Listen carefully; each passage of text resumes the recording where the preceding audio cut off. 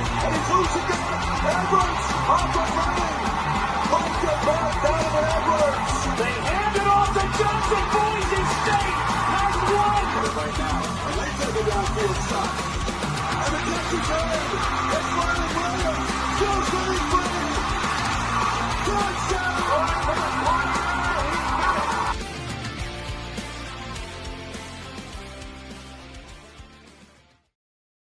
All right, guys, welcome back to Gridiron Uncensored. I'm Trevor, and they left me in charge of this whole shindig. Blake and Brendan are both out doing family things, and we're just kind of getting into Virginia Tech this week, as you can see on your screen with the nice thumbnail that we got created for them. Look, Virginia Tech's a very interesting team for the SEC. And I'm excited to kind of get into it with you guys about what that looks like for them and what last season kind of brought them. And we'll just kind of rotate that into 2025 and kind of talk about what changes were made and everything like that. So without further ado, let's get into what Virginia Tech did last season. So as you can kind of see on the screen, and if you're watching on podcast, Virginia Tech Hokies went 6-7 last season. Obviously, dropping that first opener to Vanderbilt in overtime obviously hurt. Won their next two games, which was expected, and then Rutgers and Miami both got them for a loss. Beat Stanford, which you definitely are supposed to beat Stanford right now with the way their program is. But lost to Boston College. Georgia Tech lost to them big. Won Georgia Tech and Boston College.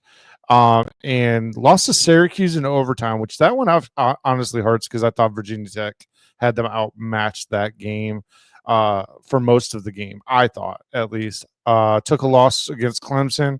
No surprise there. And honestly, this season, it's Clemson's show, honestly, the 2025 season, I feel like. Lost to Duke, beat Virginia, which is great. You always want to beat Virginia. And then lost to Minnesota in the Duke's Mayo Bowl. Overall, Hokies, you went 6-7. I'd love to hear some of the Hokie fans' thoughts on last season and on how they felt about it. So go ahead and throw those comments down below, and we'll kind of get into it. We'll chat about that stuff too. But now let's get into 2025. And first and foremost, Coach Pry has, in his fourth season with y'all, has amassed a couple new offensive and defensive coordinators for you guys. So let's get into those. And the defensive coordinator, I'm more than likely going to get wrong the pronunciation. So I apologize, Mr. Defensive Coordinator, for potentially mispronouncing your last name.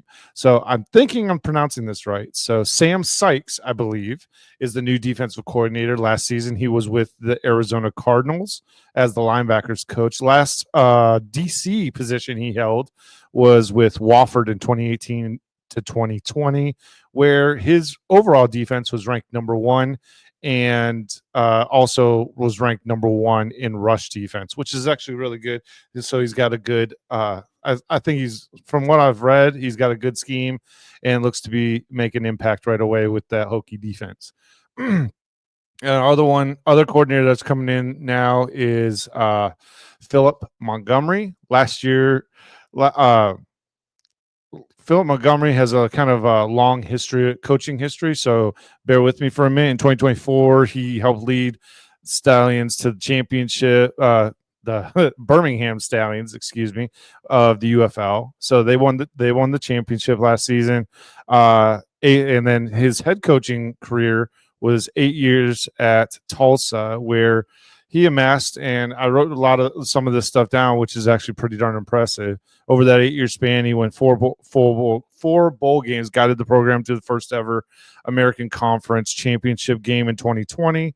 In 2016, his offenses set NCAA records for to become first team in FBS history to feature a 3,000 passer, 2 1,000-yard rushers, and 2 1,000-yard receivers. So Hokie fans, I honestly like this guy. I think he brings some excitement to your guys' offense, and I think that it will be a great addition to y'all's coaching staff. Now, I am curious to hear on some of y'all fans on what you think Pry's leash is, I guess you could say. How long of a leash is he going to get? This is his fourth season. Do you think that he's got what he has to win now? Or do we think that he's got like a year or two buffer? Because I personally think the way that Virginia Tech has been, the way I'm hearing things, I want to say that he's got a buffer, but I don't think that's fair. I don't think that's right. I think that he should be in a win now by his fourth season. It's your recruits, it's your schemes, and bringing in OC and DC probably buys you a year, I think. But I think that's where the kind of buck stops. You get this season, and then next season, I feel like if it doesn't pan out or doesn't do well, and you have another, we'll say six win season, which I would imagine most the Hokie Nation, as they say, would not be happy with the 6 and 7 season. I feel like Virginia Tech fans. Good Lord, can't talk tonight, fellas, ladies and gents. I think Hokie fans definitely want to see Virginia Tech back in the playoff. I feel like that's the expectation. Be in the running to win the ACC and to really kind of compete with the Clemsons and Clemson's of the ACC, really. Maybe Miami too. I would say probably Miami, Clemson, Miami. Florida State's not really a factor at this point in time, but we might be singing a different tune by week 6 of the season. So we'll see what happens there. They have some talent coming in, so we'll just kind of have to wait and see. If you want to check out what we thought about the Florida State team, feel free to go check out the episode a couple weeks back. So, okay, let's move on. And I like you guys' coaching. Honestly, it's really looks really solid. And I think you should overall be excited about the coaching staff that they've come up with. But now let's roll into recruiting a little bit and talk to a little bit about the transfer portal and your guys' 2025 recruiting class. So what I'm seeing right now is that 247 Sports has you guys at an overall rank of 44, a composite rank of 40 for the overall 44 is for recruiting. The composite rank is a average between the two. Transfer rank, you're at 43. Now, I'm personally not gonna bash this because I think you guys did pretty good as far as finding pieces that you guys needed. That being said, I will say that I was less than thrilled. I thought you guys got some really good wideouts and potentially athletes that could plug and play elsewhere. They have a young kid, AJ Brand, that they got in the recruiting classes that they like. You guys like a lot. And as far as the portal goes, I liked a few. Garrett Rangel coming over from Oklahoma State. There's a couple others that I liked. Sherrod Koval Jr., the safety coming over from Clemson. He's a solid pickup, I think. I think overall, honestly, it was a great class. A few West Virginia players. I think he had 4 or 5 come here through the transfer portal. Kyle Altner, inside offensive lineman. You got 3 darn near the offensive lineman from West Virginia coming over. It looks like Thomas Remick is centerpiece to that. He's 6'6", 318, 4-star transfer. You got Kyle Altner, 6'3", 288, another interior lineman, and Lucas Austin, 6'6", 287, an offensive tackle. And that doesn't round out the necessary offensive line. There were a couple others. Again, Gavin Crawford, another interior lineman from West Virginia. You guys got a thing for Mountaineers, apparently. So he's 6'3", 330 pounds. So there's a couple offensive linemen that I definitely feel like are going to make an impact very quickly. The kid from Auburn, I'm basically naming off your offensive line. I feel like, or darn close to it. Jaden Muskrat, 6'3", 312, coming over here from Auburn. So yeah, honestly, guys, you guys got a really solid, I will say, recruiting and transfer portal class. But I will say that in my opinion, there are a few plug and play starters, a couple plug and play starters, but most of these guys are going to be depth pieces, which there's nothing wrong with that. There really isn't. I like it. I like being able to create some depth, and I think Brent Pry is doing a good job of creating depth at every position because that, truthfully, if you look at the transfer and recruiting classes, they are literally touching on all of the major position groups. And yeah, and then I really think that they are going to be, I think a lot of these kids can be impact players right away. Potentially even Jamari Deloach, corner. He'd be a freshman. He's out of Chesapeake, Virginia. He's a 4-star guy, 5'10", 160.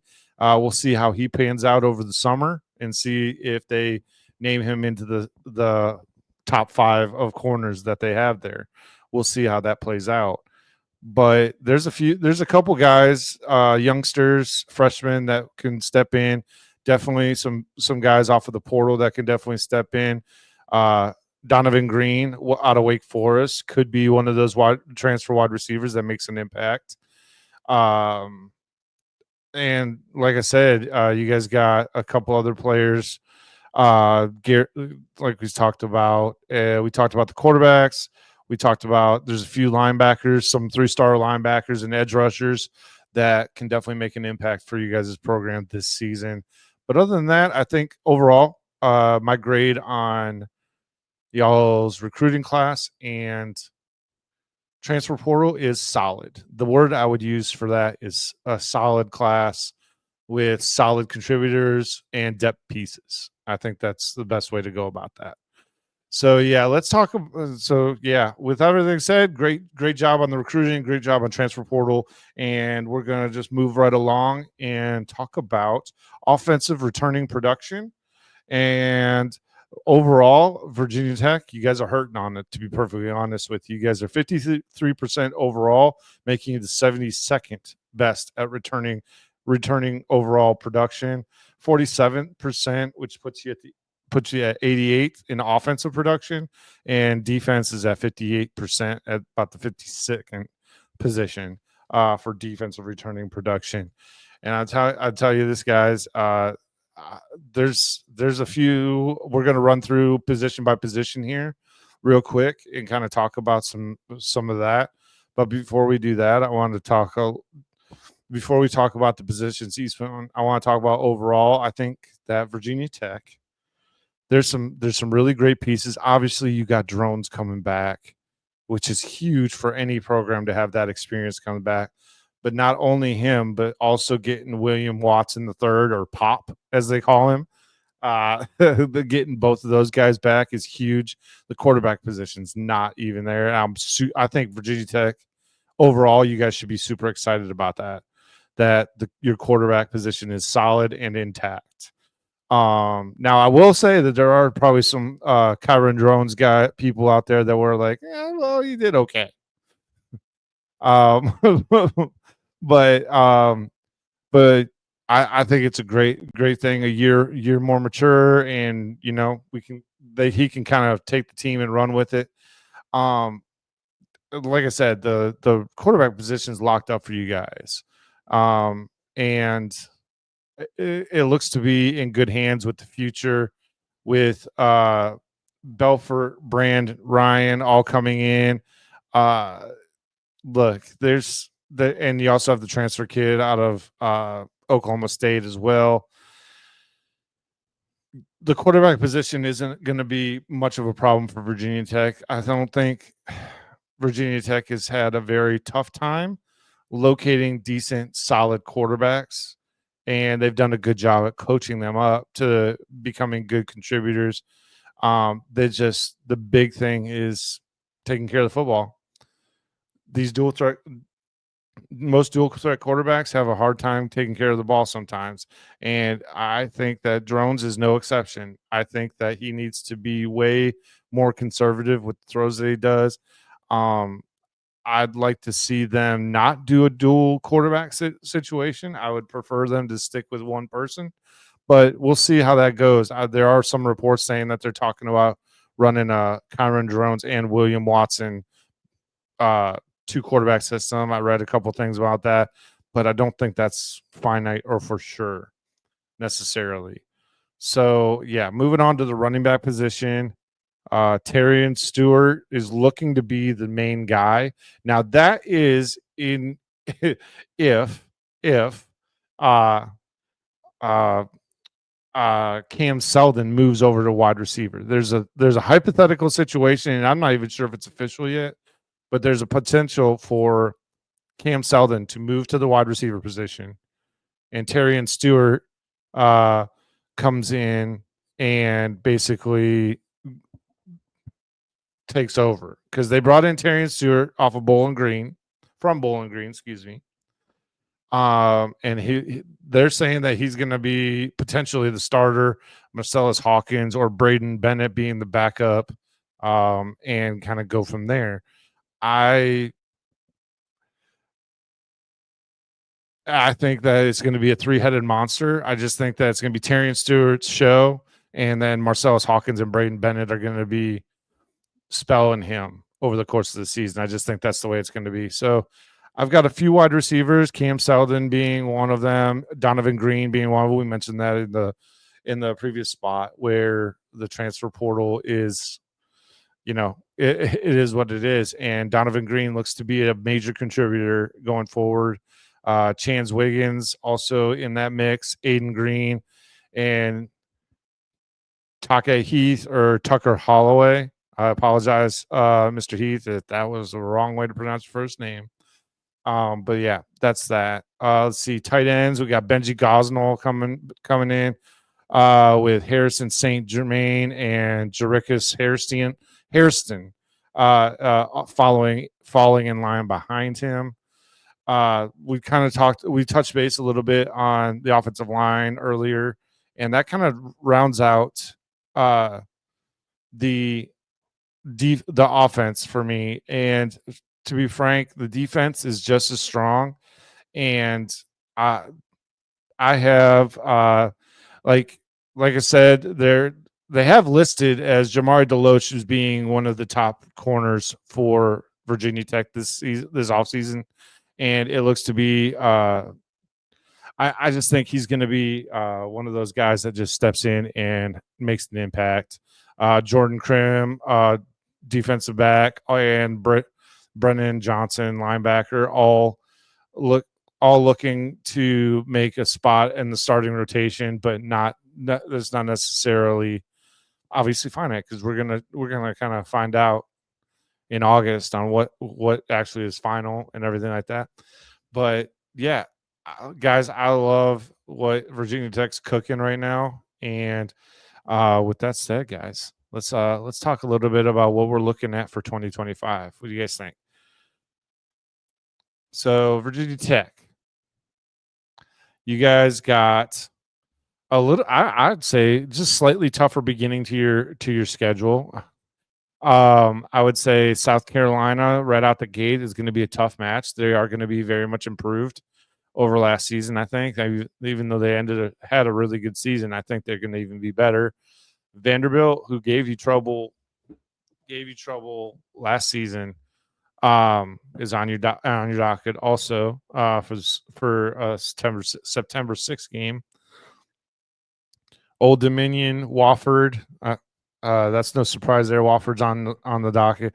NC State starts off ACC play, and then it's I don't know, those first three ACC games I feel like are going to be okay, and it's not going to be too daunting necessarily. But then you start getting into Cal, and then you get Louisville, and then you get a break, and then you go a fun little end of your season, which is Florida State. You bring Miami into Blacksburg, and then you have to go play over in Charlottesville for your final game. Now, your guys' over under, according to the pundits or the experts, is over under 6.5. Now, I'd love to hear what you guys had to say since I'm by myself and they left me all by my lonesome to run the show. I want to hear from you guys. So I want to hear if you think you've got the over or you got the under, and tell me why. And then we'll have a little conversation about it. It'll be fun. So yeah, definitely down below in the comments. For those of you that listen on Spotify, Apple Podcasts, those things, make sure that you go to our YouTube page, like, subscribe, and make some comments and talk to us a little bit about that. Me and Brendan are both active on there, and we try and respond as much as possible. But no, I think that there is a potential for you guys to have the over. I think that if you guys can go 1-6 in the first set, I think that there is a major argument to me that you could. I'm thinking 8, honestly, with the schedule the way it looks out. So I think you're down. I'm taking the over. I think you guys can get 7, but I think top end 9, low end is going to be probably 6 or 5. Because I do feel like you guys got some wins here, but I'm telling you, it's not going to be easy. ACC is tough this year. They are kind of like the Big 12 in that regard, where there's a lot of teams that should be improved, but we just don't know. We just don't know what they're going to be and what we're actually looking at here. We're just making our best guess at a lot of these teams because there's a lot of turnover with the transfer portal. There's a lot of turnover with really all of it. For all of college football is a high turnover game now where you're re-recruiting everybody. So guys, let me know what you guys think about the chances for Virginia Tech and getting over that 7-win hump. They did get 6 wins last season. Let's see if we can get them to 8 wins this season. I think they will do it. I think they will get 8 wins this season, but it is not going to be easy. And I definitely don't think that they'll be competing for an ACC championship this season, unfortunately. But I do think that they have a really solid team, and I think that there's really a lot of potential on the team. So yeah. So guys, like I said, like, comment, subscribe, share with your friends, share with the Virginia Tech your friend that's a Virginia Tech fan. Have him or she comment on what they think about the potential for Virginia Tech to maybe go over 9 wins, because I'd love to hear that conversation. I want to hear you guys talk to me about that. So remember, comment on the YouTube channel. Me or Brendan will respond to you, or at least like your comment if it's just a comment and not a question. But yeah, we love hearing it. We love your guys' support. We truly appreciate all y'all listening. And yeah, we'll see you on the next one. Next one up is going to be Boston College. So we'll see you guys. Have a great rest of your Monday night, and we'll talk to you soon. Take care.